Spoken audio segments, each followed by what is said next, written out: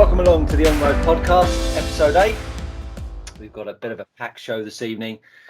We've got our usual co-host in Ant Lockyer. Good evening. Hello. And we've got the two protagonists from the last episode in Tony Wade and Geraint Williams. Welcome to the show, lads. Hello. Welcome along, Tone. G, nice to have you back. Nice to be back. Fantastic stuff. So it's a Thursday night. The weekend is coming at us, and it's a big weekend in the world of RC. It's the BRCA AGM. And as that happens, Ant yawns. So are you guys familiar with the BRCA AGM? Do you know what's going on, Ant? No, I've never been to one. It's usually coincides with a 12 scale meeting, doesn't it? With like a big meeting, so that people go. I think you're thinking about the section AGM. Yeah, you're right. This is the big AGM. And 120 nerds get into a room. Sorry, did I say nerds? I mean RC enthusiasts. Is it online now? No, I don't think so. It hasn't moved forward that much today. Yeah, It's a shame with COVID. I thought COVID might have changed that. Yeah, I'm not entirely sure. And you should get onto that and check out whether that's online. There's a few. There's been a few feeds on the whole BRCA AGM that I've been seeing on FaceWank, and most of it's been controversial, a lot of it anyway. But that's taking place this weekend by all accounts. Ever been tempted to go along, Tony? No. Say how you feel. Well, I have been watching a little bit of it, and I think Gareth Hollis is it? Yeah. From 6K Racing, I think that's what he's from. He's going to be the chairman of the touring car board. Is that correct? Something like that. Yeah, I believe so, and I think Andy Hyde has got something to do with it as well. But go on. Just looking at the thing, it's like a big old thing. They've got all different 5 rooms, 6 rooms. Beds the lot. All the sections are in like different rooms. Yeah. What's happening there? Coke, the lot. Yeah, wow. It's like a. So that's. I didn't get an invite to that. No, well, There's a reason for that, Tony. Section conference. Is that the same thing? 31st of October. Yeah, it's this weekend. Yeah. Also, so they're all happening at the same time. Also, the section I saw was trying to cap the motors in mod to 5. Is it 5-turn motors or something? Oh yeah, not make it open, didn't they? I saw something about that. And then people were saying, well, it doesn't really matter because no one turns up to it. Yeah. It's not big enough. They were saying, we might as well just do 13.5 open. Got you.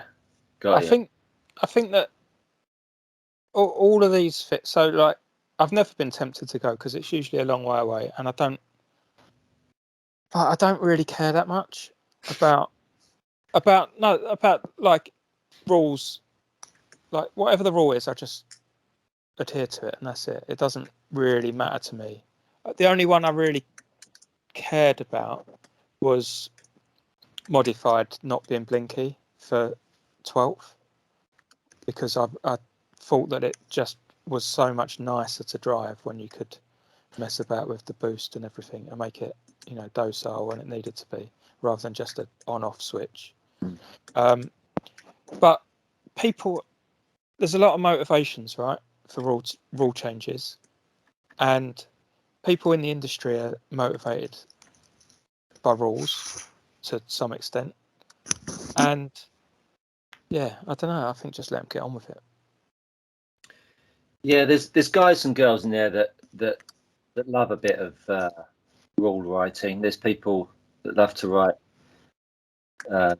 regulations and rule books and all that kind of stuff, which is superb. Not my bag particularly, but there are people that, and I suppose in many ways that these certain organisations need that. But I think because you do need to have some sort of guidance, don't you, and rules. But I think this yearly yearly trend of putting proposals in of more change, I think it just gets a little bit it just goes crazy, because there's one feed, now there's like 200 comments on the touring car, and it's just, Christ, can you imagine sitting through all of those proposals? That's enough to get crazy. Maybe that's why they've got lots of beds there, apparently, like you said, so they can all go to sleep half and have a siesta or something. Isn't that just like the nature of like Facebook and all of that though? It's just to argue about something. Yeah, I probably agree, because people just like to get involved with controversy and all that kind of stuff, don't they? Throwing it out there just to get attention. And there's one lad, Ben Cosgrove. He put, I don't even know who he is. He was a friend. You get friend requests all the time, don't you? He friend requested me, and then he put a post up about a comment of how do you switch comments off on a feed. I'm asking for a friend. And I just wrote, ever thought about the bigger picture and what's good for the RC community? Instead of stirring the pot, about just sort of maybe letting common sense prevail. And it blocked me and and moved on. But it's just like, we don't need that kind of stuff. We just be kind to everybody, like we talked about, and it don't really matter. What are your thoughts, G? No, I was just thinking that he's obviously not the first person to have blocked you. I think that's pretty irrelevant, really. But what are your thoughts on? What are your thoughts on that number of people who go to these AGMs who are actually not active racers, and some committee members? Sections will go unnamed here, but certain committee members who may not have actually attended events for years. I think people are always going to have an opinion, aren't they? And if they're involved in the RC community and they want to put stuff forward that they feel is worthwhile, I think they've got every right to do so. I think if they're legitimate and they come from a good place, but to suggest stuff and not be involved, I think that's where there might be a bit of a grey area. And I think it aggravates me, because most of the proposals that I see relate to issues or concerns or legalities or aspects of current racing. And if either a committee member or a racer hasn't been active at the track or on the track for maybe 2 to 3 years, how relevant is their input? How relevant is their position on the committee, to be honest? Yeah, are they turning up to the AGM though? Are these actual proposals at the AGM, or is it just Facebook proposals? Well, no, I'm just talking out loud about the influence that votes have on procedures and proposals, and whether there should be a link between your activity and your vote. Does that make sense? Yeah, it does make sense. I'm not so sure. I think that it comes down to this kind of one vote, one member, right? They've paid their money, they get their vote, and I understand what you're saying, but I think that if you've paid your money, you should get a say. If you've paid your money and you've bothered to turn up to the AGM. Yeah, but what, again, my experience is that those are the types of individuals that don't like change. It's because it's always the way we've done it, right? Why do we want to change it? it's, you know, Do they always have that accent? I was going to say, not always Northerners. always, no. I think you've nailed that accent. That's No. quite good. I think it's good practice. Oh, fuck. Sorry. I think that if you've got a kind of organisation that is into writing rules and all of that, then you need people that are into it. Agree. Because some people aren't that into it, and you'd have carnage, right? We wouldn't write any rules. We'd just let people get on with it, and that wouldn't work. But Maybe hang it's on, got- but you say that at the podcast series didn't have any rules. We said BRCA rules, etc. But nobody did any scrutineering. Nobody really cared. Everybody just had a good time, and people just used their experience to stick their car down and race the car that they race. Yeah. It obviously doesn't help newcomers to the hobby, but I think rules are important. But it does seem like people like to make change for the sake of change and make rules for the sake of rules. Yeah. So the other thing, I want to be careful about what I say, because people won't listen properly and will take it out of context. But when you look at commercial, we talked about commercial things, commercial ventures before. So you look at like ETS. If you want to go to ETS, they set the rules. They don't ask you what you think. They don't have a voting system. There's no big arguments on Facebook. It's just, we've changed the rules. The body shells now have to weigh X grams. If you want to come and play, that's it. And some people might chat about it on Facebook, but it won't be some long drawn out argument. And ultimately, if you don't follow the rules, you don't go. So I think some of it comes down to that this whole, you pay your money, you get a vote thing.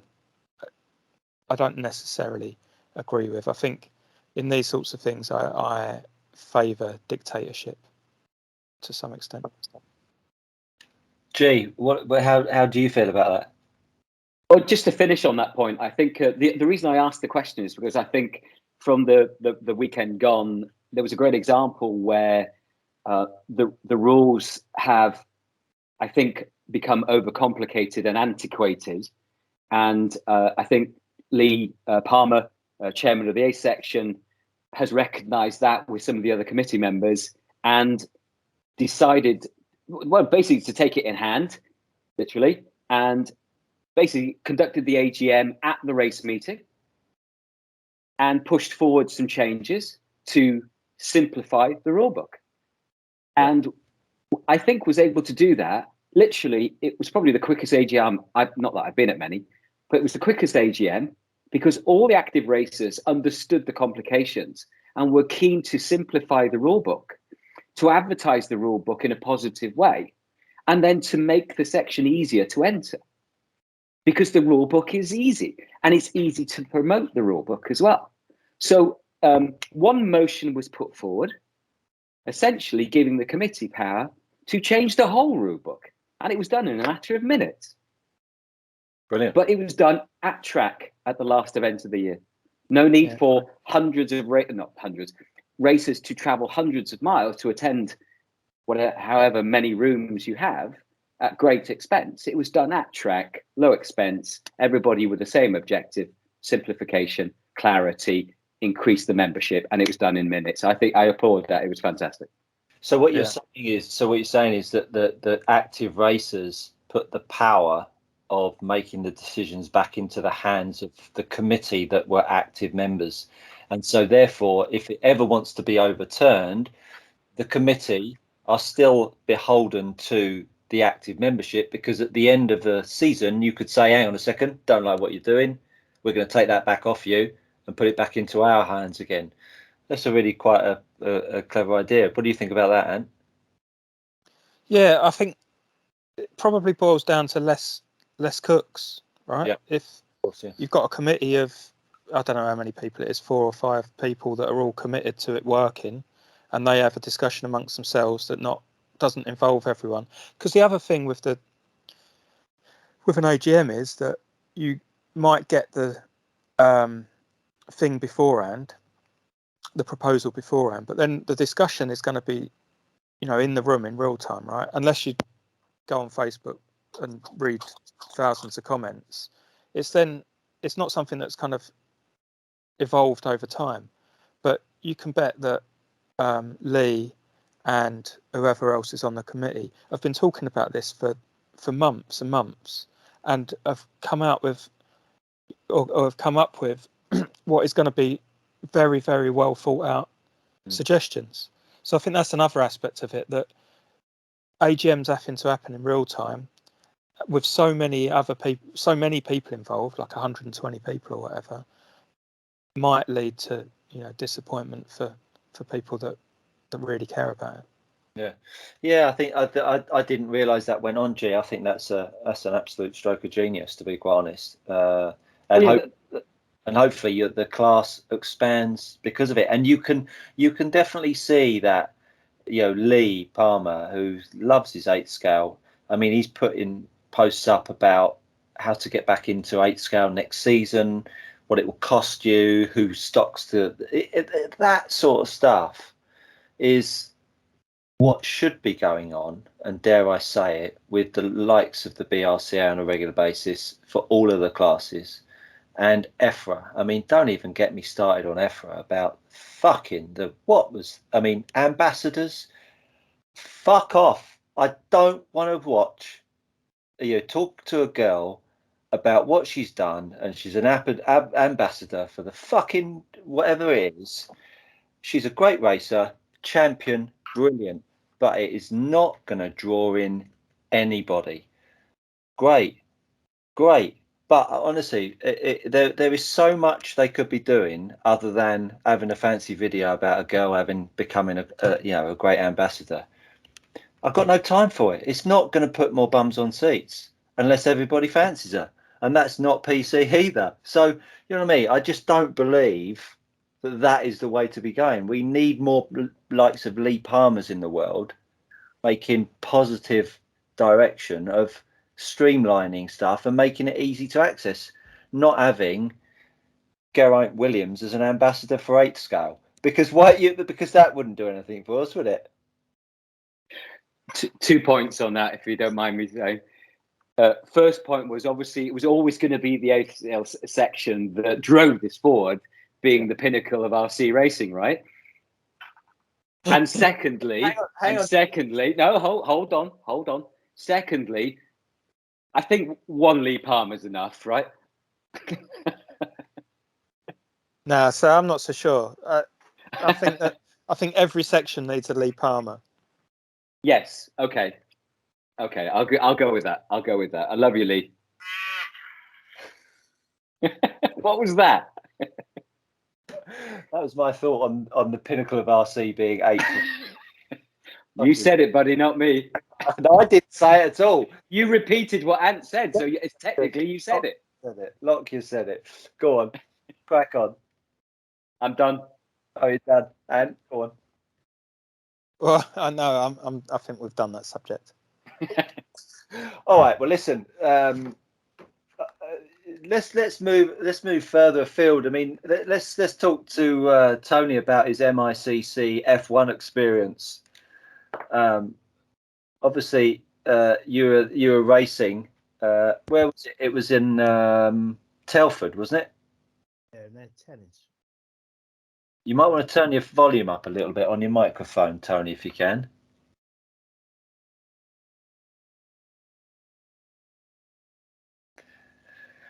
Anytime today, I'll do. That's better. There you go. Technology's.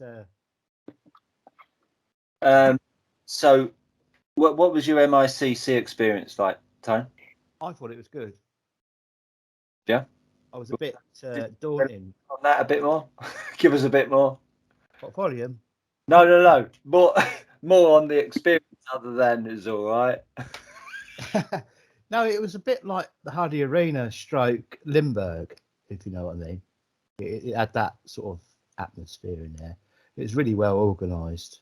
Yeah. And I've never raced, well, a Formula One indoors like that before. And I was a bit in shock about it. I was looking at the track and I was going, oh, God. Was it quite twisty? Well, the first initial thought when I looked at the track was, I should have brought my LMP car here because it was really good. It was that kind of size, you know. Yeah, and at the end of the day, it was hideous. My car was. Yeah, well, that's so. I was about to ask. So, have F1 cars got any better indoors? Right, there you go. I think that all the kits are really good. They're all good quality kits, but it's the things that touch the floor that are no good. The tyres, they've always been an issue.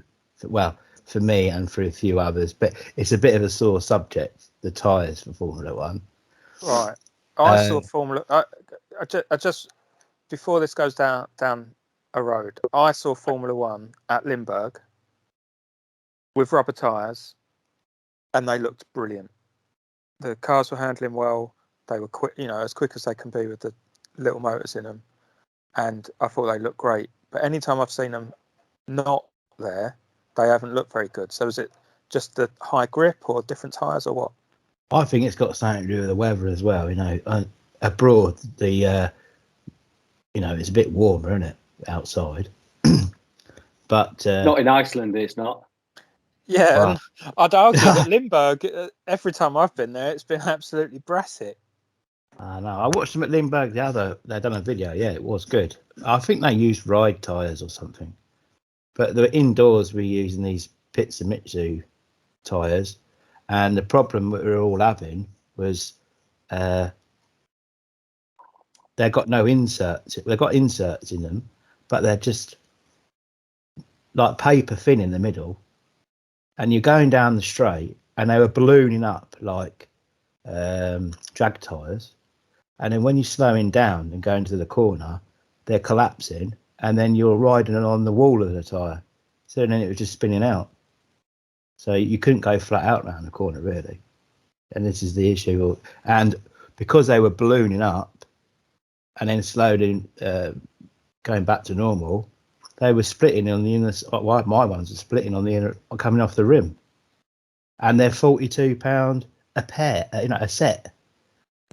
And I don't really want to be going out and spending that sort of money on a set of tyres only to keep gluing things. And you only now to have one set for the whole day. G likes gluing tyres, don't you, G? But so you were literally driving the wheels off it then? Yeah, I'm crashing it lots. Where did you finish overall, Tone? Well, I got fourth in the B. Okay. I did get up to second. Okay. And I was getting the hang of it, Yeah. like you normally do, by the end of the day.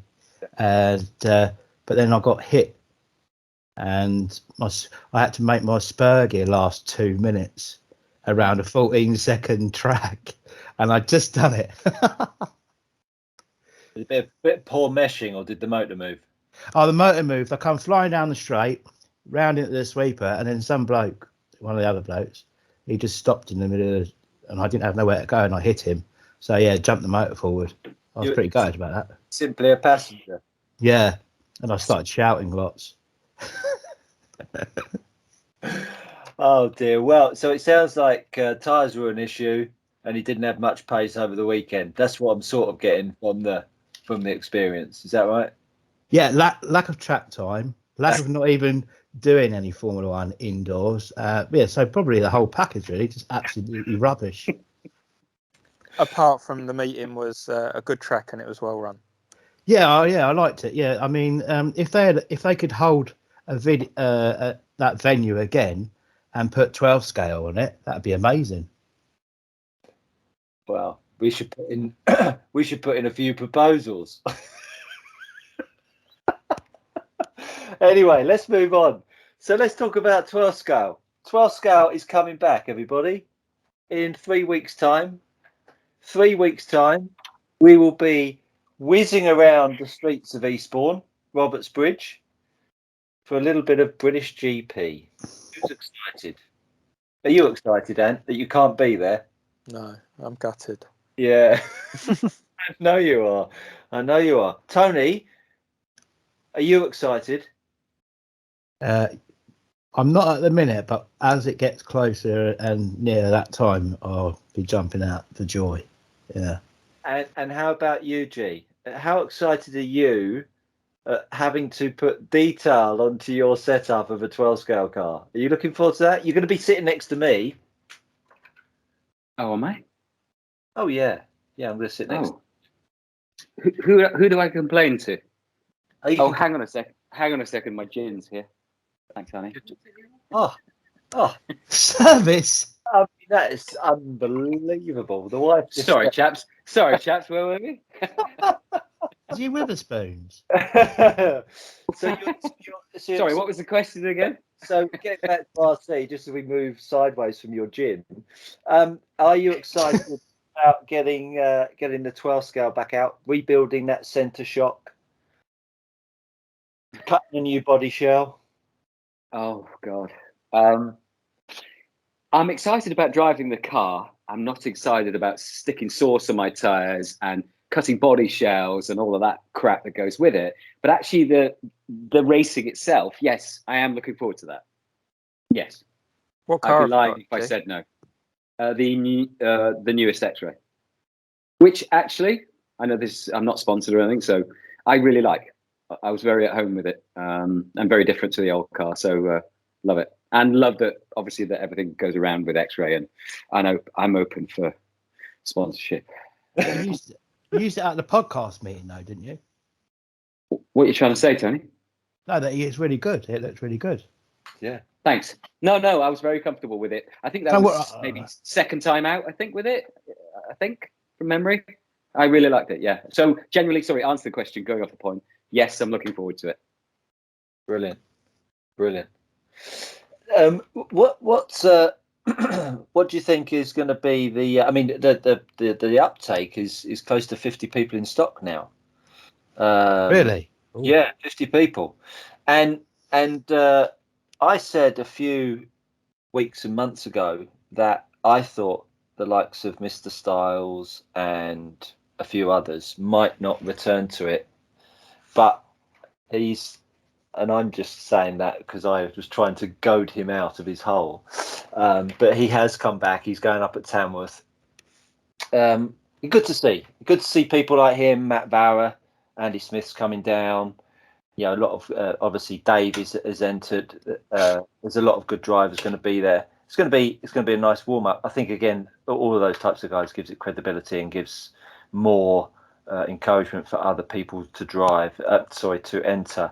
And on top of that, there's a really good turnout for the GT12, which is about, I think, now almost 25 cars for GT12. So that's now 75 people racing over 2 days, 75 a day, which is, if you take a look around, I don't think there's been a meeting indoors that's reached 75 people.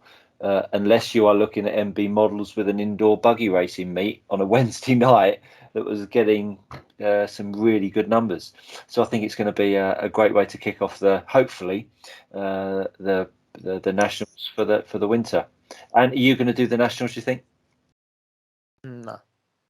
Okay. G, are you going to do the nationals? Depends where they are, and depends if they clash with a buggy event. And Tony, are you going to do the nationals? Yeah, I'm going to do all of them. Oh yeah. Well, I think it's quite good because they've actually put them on a weekend.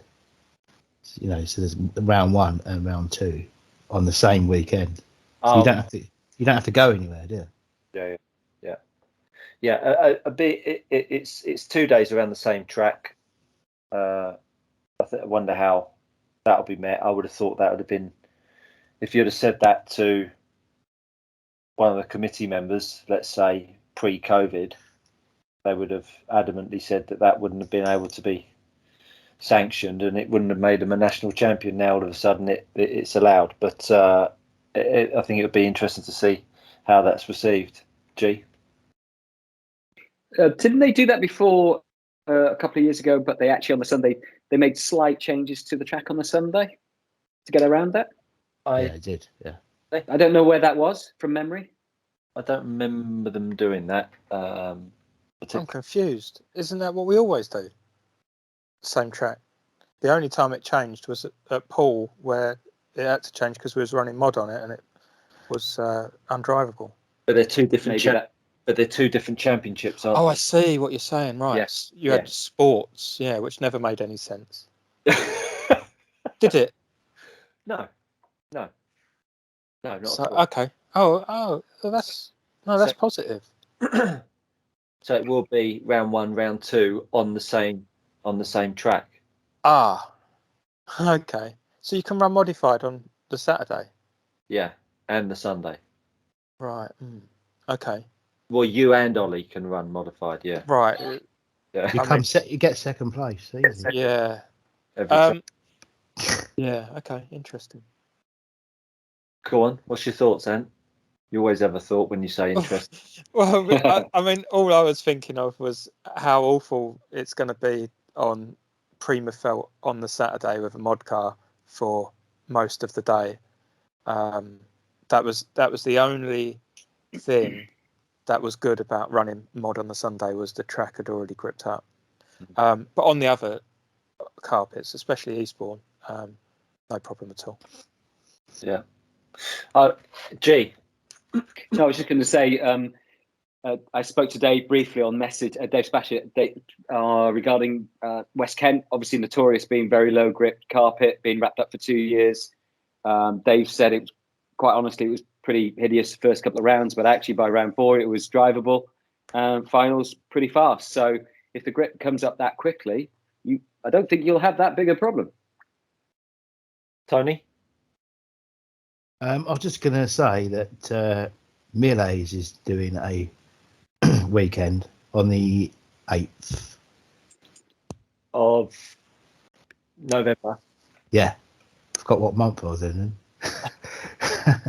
But I was going to go to that because you get 6 rounds in the final, just for a bit of practice. Yeah. Now, I mean, I went up to Chesterfield, and I did a bit of an RC Addicts weekend. I ran at SEMCS on Friday night. Then I ran their Winter Series event on the Saturday, finished at 3, got in my car, drove up to Chesterfield, did a club meet 6 till 10, and then I raced on Sunday at Worksop. But I went up and raced at when I was at Chesterfield. The grip was understandably low. It got there by the end.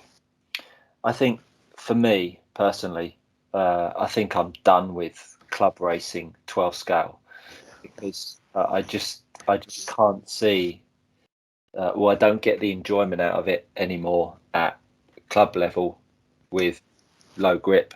I don't want to spend 2 or 3 rounds waiting for the grip to come up because I think it just takes too long. And I spend, we only get 4 runs on a club night, right? 3 runs, maybe a bit of practice and a final. I don't want to spend 3 runs waiting for the grip to come up. So for me, club racing and 12 scale, I'm done with. I'm just going to stick to nationals because the grip comes up after a round. There's 70 guys running it. So I think that's going to be a tough ask. There needs to be, I think GT12 fills the gap a little bit for that. Bit heavier, not so hard on the grip. So it could be, hopefully, this GT12 and 12 scale collaboration that's going on for a winter might be nice that encourages people to get the GT12 cars back out, because I think that would be quite positive for clubs personally, because 12 scale at Chesterfield, they're battling to get more than 6 or 8 people, and even Tamworth has got a busy meet. They're battling to get more than 2 heats of 12 scale, and they're like Chesterfield, they're quite a big 12 scale club. So it's a difficult one, I think, the whole grip thing. And I think it's all come about with these carpets being stored up for a couple of years, isn't it? Or 18 months with low grip. I suppose that could change, maybe a cycle or two of a year or so of getting them back out and running them. I don't know. What are your thoughts, Anne? I'm surprised. So West Kent, I think it's almost like you have to have a car just for that. Yeah. Like the Yokomo, one of my Yokomos worked really well at West Kent, even with a spool from round one. It was drivable. It was not great at other places, but that tune just kind of worked. So yeah, I don't know. I think it would be a shame for it to become like a nationals only thing, a bit like ape scale. I'd want to be able to practice it. I mean, I've still got the option to practice it. You're the one who's saying about giving it up. Yeah. But I've just looked at the BRCA website. I'm kind of keen now for the national Eastbourne National. I might get involved. I'll have to have a look at the diary. So you're just retracting that comment that you aren't going to do the nationals, but you might do the Eastbourne one. Yeah. Mod. I was before this. No, I'm not going to do mod. I don't think. No, I'm not going to do mod. I'm looking at the rules. No, I'm not doing mod Because it's open. because it's 6.5 blinky. I've no interest. Oh, is it? I might as well do 13.5. Isn't that so? That's changed back to what it was then. Yeah, I thought it was only being done for a year. I think that was the understanding that Right, I see. preparation For the for the Worlds. Worlds, which is fair enough. And I understand. So I also I don't want to open a can of worms. Like, I don't care whatever the reasons are for setting that rule is fine. I don't care. I just don't want to drive it. Yeah. No, that's fair dues. Fair dues. Tony, would you ever have a tickle at mod? Yeah, I would. Yeah, I've never done it. It looks good, but I've got a master 13.5 first, and that's not going very well. Well, so that's an interesting thing. I think that they're two very separate considerations. I think that you could be good at mod and not be good at 13.5. Stu doesn't agree. Now there's a thought. No. Listen, I think mod is a whole different way of driving. I look at my only consistent mod experience is with the buggy, right? And when I go indoors on some high grip carpet, it is a completely different set of skills. So I completely agree with you, Ant, actually. And I wouldn't have said that probably 18 months ago, but it 100% completely different set of skills in terms of how you use the throttle, brake, steering, etc. And it really only came to me when I went to New York. I was just shite at both of them because I did mod and stock, and I never really appreciated how different you have to drive a mod car over a stock car. And so to go away when I was, and still am, shite at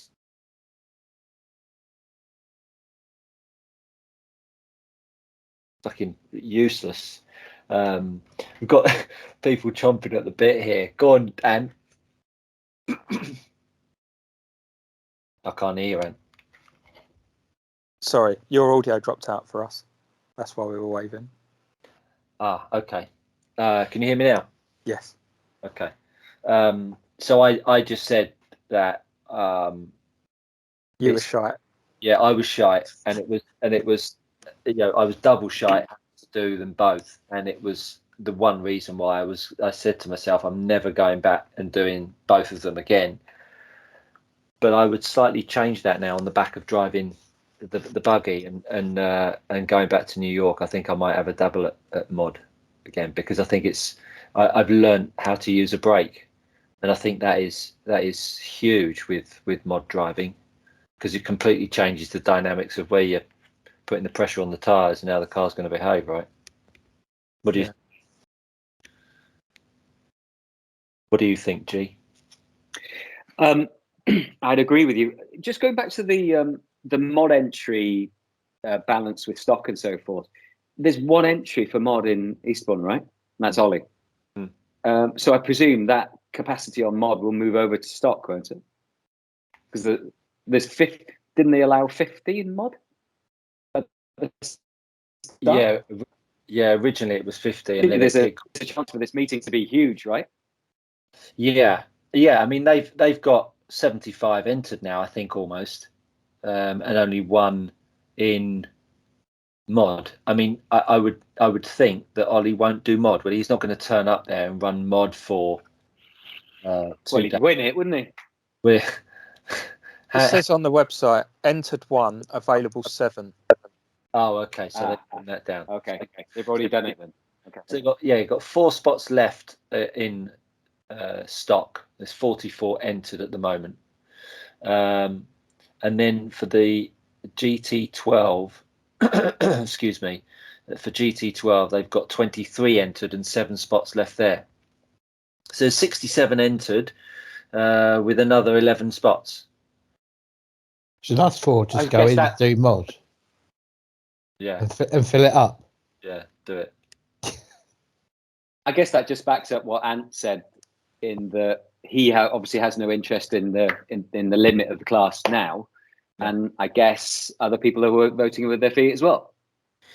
But don't you think it also goes a step further than that as well? That I think that mod would be more, there'd be more appetite for it if there was a Worlds coming up or a Euros coming up, and if someone said there's going to be a Euros in March, I guarantee you that mod would fill up immediately because people prep for it. I don't think that the Blinky. I'm the only person that doesn't want to race 6.5 Blinky. I think everyone else prefers it, or at least wants a slower class. Yeah.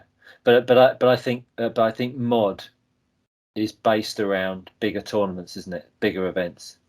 You go and race mod. I mean, Ollie's only racing mod because he's thinking about Euros, Worlds, developing his Roche car, because he wants to go and race against Alex Hagberg at some point and try and beat him. So he's going to go in there. He's preparing. So he's not, whether he wins the national or not wins the national, he doesn't give a toss. Well, he does, but the reality is he's looking to fry bigger fish, right? And so that's why he's there running it. And I think that's the reason why there is nobody entered into it, because there is no Euros and there is no Worlds coming up or on the foreseeable future, which then just backs up the whole comment of bigger tournaments fuel the nationals, fuel the clubs, etc., rather than the other way around. It is not clubs fueling nationals, fueling the Worlds. What do you think, Ed? I think there's 2 aspects. So in Japan, there's loads of people running mod for some reason, and I think that Europe doesn't run mod for some reason. It might be track size, it might be grip, it might be anything, I don't know. But there's 2 types of people that run mod. There's people that are really good at racing, like Ollie, Alex, and then people that are good and preparing for world championships, like Mark and all of the other people like that. And then you've got people like me and, I don't know, Damien Giddins and Patrick. And whilst those guys are faster than me, and Tractor, we're not ever going to win a world championship. We're not preparing for anything, but we do it because for us, it's more fun than doing 13.5 for 2 days, for whatever reason. I actually found it easier, to drive. I found it a lot less stressful than 13.5, which felt like you had to be on the limit the whole time. And actually 17.5 I preferred to 13.5 as well. So it wasn't about going fast. Yeah, and I definitely see that. A lot of people talked about 17.5 touring car. Chris Blackburn, he goes down to Reading? No, it's down that way. It's old Newbury. Nick Adams' old track. Oh goodness, it'll come to me. But they go down there and they're nose to tail for 5 minutes running 17.5. And ultimately that's kind of what we all like. Is it an older shot? Older shot. Well done, Tony. that nose to tail is, and that's why we've had this discussion many times, and about stock you can race, mod is very difficult to go nose to tail and race. Listen, I think we have different views on that, but I think, again, going back to the whole rules and entertainment, we are all doing what we want to do. We are entering a class that we get the most enjoyment and satisfaction out of, and that's it, period. Exactly. And if you enter and the rules and the red tape and all the horse shit turns you away, I'm off down the road. And that's why really it should be based around selling it, not thinking that people should be obliged to enter it. And I think when you start to talk about Lee Palmer taking over and them being the bastions of 8 scale, in what they'll do, sitting down at a table with 4 or 5 of them, they will go, how do we get more people running this class? They won't go, what rule do we have to make up? What do we have to, which is completely the opposite of what touring car is going through now. What rule do we need? What rule for this? What rule for that? It's nonsense. You only need a handful of rules, and then off you go. Job done. And I tell you, I went up to Worksop and raced on cork. It was slippy tires. It was slippy surface. It was crazy. 1 set of tires for the whole day, and the racing was so super close. I was in the E final, and I'd never enjoyed racing so much in my life. It was really difficult. It was really competitive, but it was simple. Turn up, 1 set of tires on, off you go. Go and have some fun. That's all it needs, And I just think we just get caught up in this desire to make up rules, to bring people in, when Lee Palmer and the 8 scale seems like they've got a bloody good idea.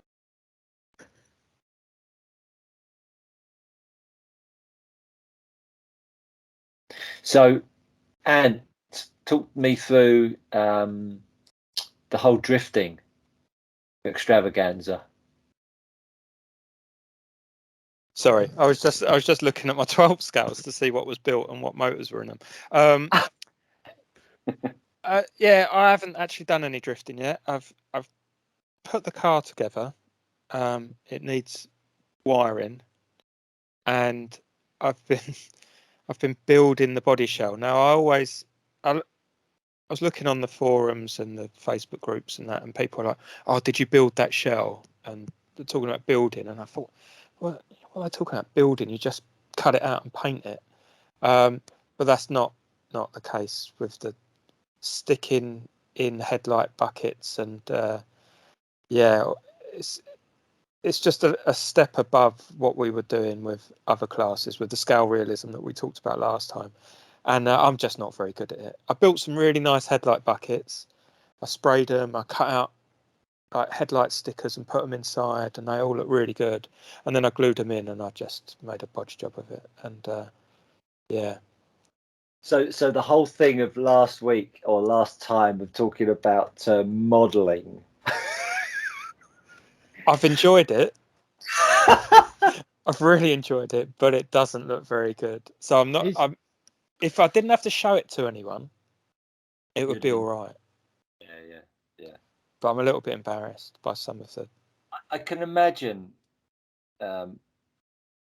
It's like little Johnny coming home and say, "Daddy, I've drawn a picture of you and Mummy," and of course, Mummy looks like Ethel Hermandroyd, and you look like the Hunchback of Notre Dame, but you love it nevertheless because the picture is from your child.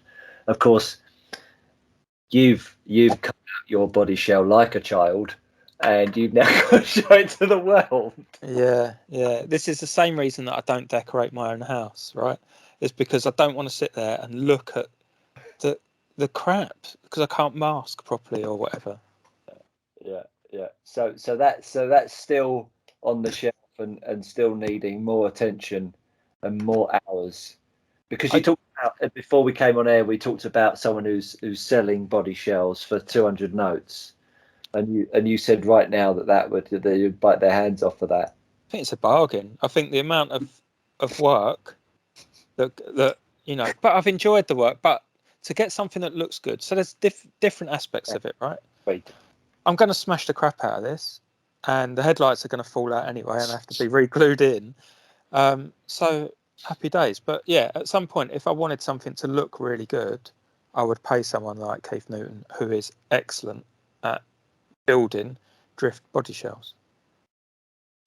Yeah, I mean, I personally can't wait to see it, and your finished product. Yeah, I know why, because you want to take the piss. No. It looks like Tony does. What would you like to say, Tony? Does Ant think that RC drift racing is also a pinnacle of the model sport? I think that It's fucking not. I think that I'm not really interested in the sport aspect of it. I actually watched them on YouTube quite a lot. Yeah. And I actually watched a bloke who does the body shells, makes them, and adds extra carb, Lexan, and makes weird arches, flared weird arches, and static wise to look at, absolutely amazing. Yeah. I mean, even though I've got a post box van drifting around and a transit van and it's going around the corner, and he flicks a button on his controller, and then the door open, and it's got speakers in the back and stuff. I saw one the other day had a convertible roof that came down that was pushed the button. I think that's going a little bit too far for me. I mean, I'm happy for the thing to look somewhat like a car, and then I'm desperate to go and do the actual drifting itself, because it might just turn out to be total crap. I might hate it. There are two things that I have a bit of a guilty pleasure over. One, it's truck simulators. Fucking truck simulator. I mean, live stream truck simulators. Have you seen these people? Mate. Just truck. It's honestly. So if you see me, do not tell me about truck simulators, because it's like, I mean, I'm opening up a whole world of hurt here. And the second comments on that with yours.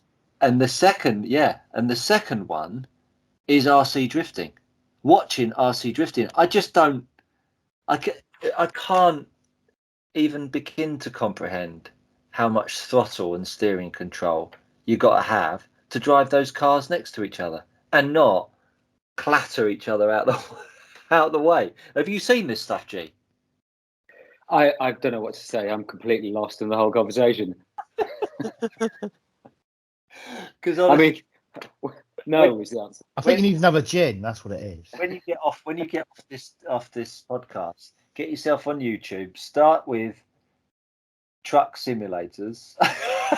No, don't do truck simulators. Don't. Well, listen. Well, and please, you must make sure that you fill us in. And I'll tell you what we're going to do is when you've done it, we are definitely going to do a little video on it. Get it up on the YouTube channel. Get a little picture up on it as well. Promote it. Push RC drifting. Yeah. So what I was going to say is that the building aspect of the shells, there isn't a lot of like how-tos in that. Right. I'm pretty sure I've used the wrong glue, and I've had to guess at a lot of this stuff. I'm not in the business of making content any more than doing this podcast, but I wish someone would. There's some good YouTube videos of people like painting them and that, but yeah. Well, if someone out there that's an RC drifter that wants to sponsor the show and send me a shell and let me royally fuck it up in a video series, I'm your man. Now, G, obviously we're not going to escape. We've heard about young Tony and his extravaganza. We must come on to your little Cotswolds journey. And I was very fortunate enough to meet you for a coffee post Cotswolds. I mean, there was a lot of crying. There was a lot of self-harming. And my apologies to a lot of people that like to self-harm. But G was distraught. Tell us what happened, G, about you. I had really big vibes that you were going to slam it in the A final. Now there's a bit of a story why you didn't slam it in the A final and you qualified 11th out of 12 people. Sorry, no, it's more than 12 people, wasn't there? But tell us how you narrowly missed out on the A final. Do I really have to do this? Fuck's sake. Relive the whole horrific episode. Yeah. Well, basically, it pissed down all morning. Obviously, as it always does every other national. And I'll try and make this as brief as I can. Basically, I always like to, when I'm in a good heat, and I was lucky enough to be in a good heat with some really good drivers, I always think, actually, I'm the shittest out of the lot, which invariably is true. I thought I'll follow the pack and I'll try and hang on to the quickest driver at the end, which I tried to do. But obviously with 8 scale, you have a warm up to get everything up to temp. Is this a And lot? then you have a form. Oh yeah, did I say I would keep it brief? Okay, sorry. So warm up, few minutes, get your engine up to temp. You got 4 minutes flat out to fucking send it as quick as you possibly can. It pissed down for the first 3 heats. Some people went out and raced in the rain. Raced in the rain for 3 heats. I can't be doing that, all right? Because that just kills everything in your car, including your engine, your bearings, fucking everything. So that's a no-no. I've done it before, not now. So I thought I'll do a car try. I'll go 4th heat, gung ho. I'll put it in the A. I'm that good. So I'm starting out, and I'm excited, and I thought I'm pretty sure I got this from the warm up. You have to come into pit to make sure you're topped up, and you're supposed to be on track, and the race controller presses good to go, race start, and you cross the loop, and you've started your time. Now, I still don't really know how this happened, but basically I am in the pits and the race has started, and I have triggered the loop when I'm in the pits. I've driven my heart out. Honestly, I've left everything out there. I couldn't do it any better. I didn't touch any green stuff. I sent it round. I brought it in. I thought, I've done it, haven't I? I've only gone and fucking done it. I've stuck it in the air, haven't I? Only to see I qualified 11th. I'd been beaten by Niall, my good friend, Neil Cochran, by 0.4 of a second.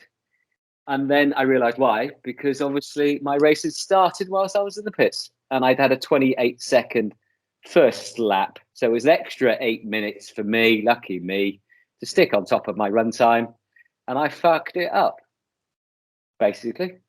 Fucking hell. I mean, and after that moment, from that moment on, for the rest of the afternoon, my head was fucking gone. Headless. The final was a blur. I won't tell you what happened. The final was an absolute disaster. There were pipes stuck on wrong bits of carburetors and everything because my head had gone. It was gone during the race, after the race, before the race. I apologise for everybody I swore at. I'd gone. The head was gone. And it was a shocking weekend. It sounds like you had fun though, G. But apart from that, I had a great time. Head gone. And the process, what that cost you, sort of $4,500 that weekend? 4.5.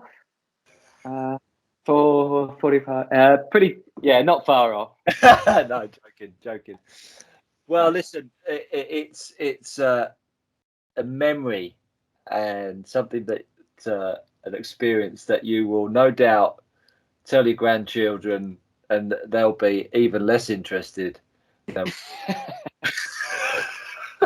Sorry, I can't really relive the moment and make it funny because it was just so heartbreaking for me. It was, it was obviously a traumatic weekend in Cotswolds. Have you ever narrowly missed out on an A final that's hung with you, Ant? I've never been anywhere near an A final. You did. You were at Maritime once. I'm sure you were. No. No, I don't think so. Yeah. What about you, Tony? Have you ever narrowly missed out on an A final? I've been in an A final on GT12. Have you And national by default, yeah. really? So Yeah, you someone. were a national A finalist. Well, I was in there. I couldn't say where I finished or not. But it was when GT12 was a support class for LMP, I think. Yeah. And it was I don't know who it was. But anyway, I was at first in the B final. And then someone dropped out in the A and they put us all back up. So I was last in the A final. Yeah. And that's the only time I've ever been in one. And I think I need to took Chris Wilkinson out. It was quite funny. Good old Chris. Good old Chris. We should get him back on there. Stu, you've been in a final, haven't you? Well, let's not talk about it. Nobody likes to talk about yourself, but yeah, I've been in the odd A final. Buggies.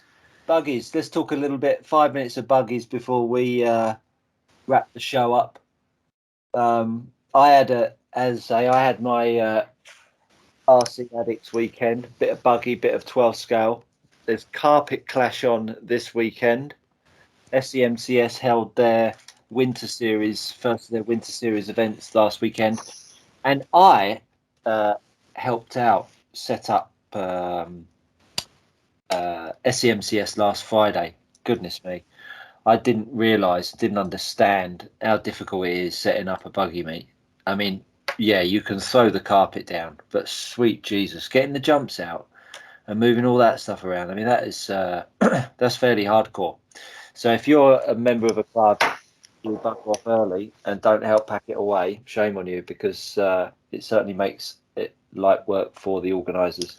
But they hosted a really good winter series. They've got super high grip, and they are in Slough. So check those guys out there. You've run there before, haven't you?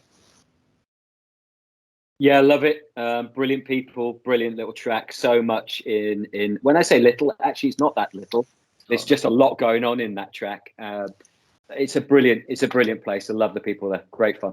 Yeah, Sam does a good job with Yasso, and Yeah, does. And have you been down to Slough yet? No, it's too far west. Yeah. I'd like to have a go at this buggy racing. You really should. I thought you bought a buggy in lockdown. I bought a couple, yeah. And then I got really annoyed about fitting the servo, so I put it in the loft. Right. It just really tore me up, it did. And I was trying to work it out. Have I got the right size servo? What, it's got a little horn on it and everything, these things. It's a PR Racing V3 Evo, which was the latest one. And something anyway, so I got those on the cheap one in the lockdown. I'd just like to say, in the lockdown, I think we all done quite well and got some bargains. Yeah, I did a lot of spending in the lockdown. Needed to keep myself occupied. I've got myself a little Yokomo Cal 3 that's sitting on my desk upstairs. That if you want to buy that, Tony, and join the Yokomo crew, you're more than welcome. Do you take Uganda dollars or? Yeah, I take anything. I take an Amex, lunch and vouchers, anything for you. So what's coming up this week for racing wise, chaps? Let's start with you. And are you going to start to stir the pot and get 12 scales ready, or buggies ready, or touring cars, or are you going to crack on with the drift? No, just drift. I actually took the electrics out of my buggy to put in the drifter. So I've kind of sealed that up for a bit. But I've just pulled 5 12 scale chassis out of my cupboard, and I'm going to see what's what with that and see if I can get ready for January. Yeah. It'll all be fucking bent, I guarantee it. Oh yeah, for sure.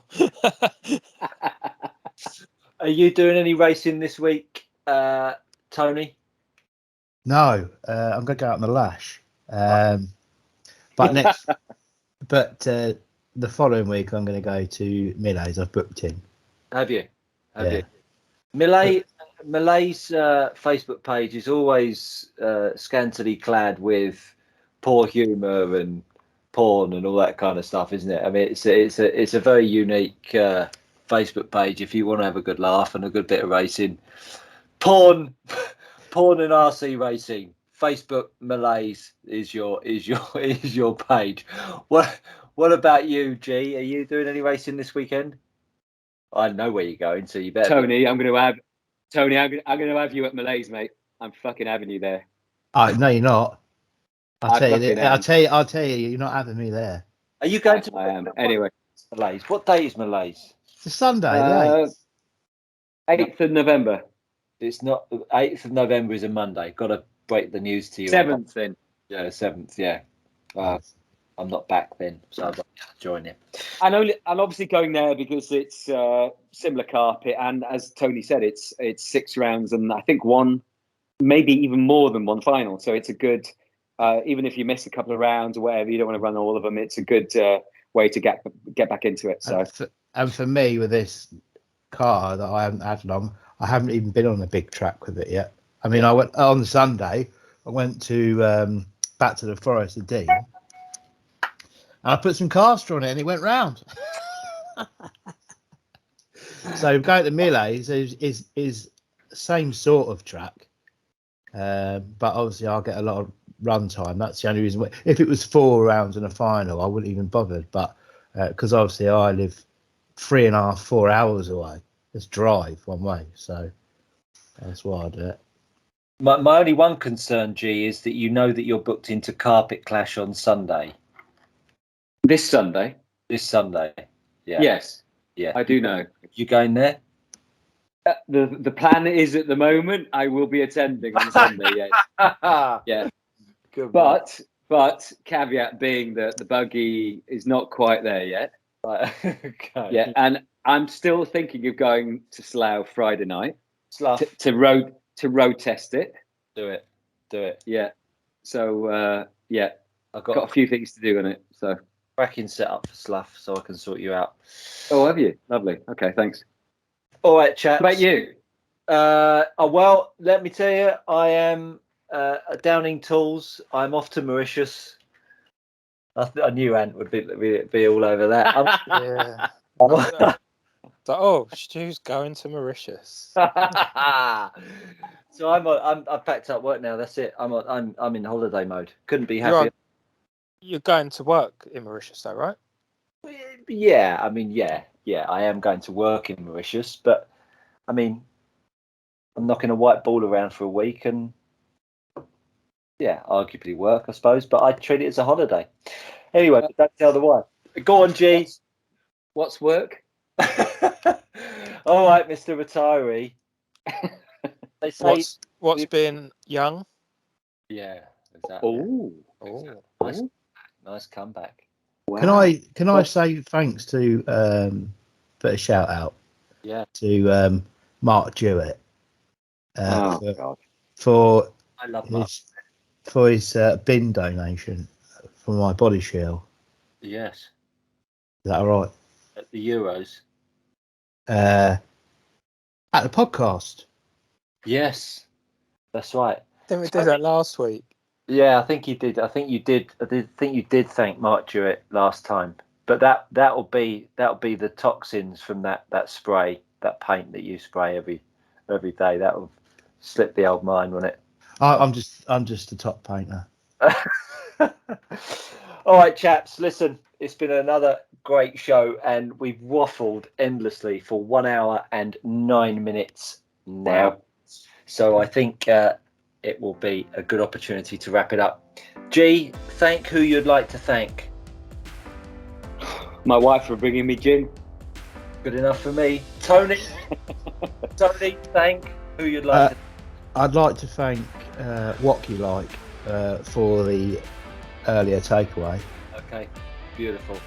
Breath is a little bit ropey, but a nice bit of Listerine will sort that out. And thank who you'd like to thank. Everyone who listens to the podcast and doesn't call me names. I would like to thank you all for listening, tuning in, and being a part of this podcast. We certainly enjoy waffling on on a midweek evening, and I hope it provides a little bit of entertainment to you. I want to say a big thanks to everyone that has helped me along the way in this fantastic little hobby of ours.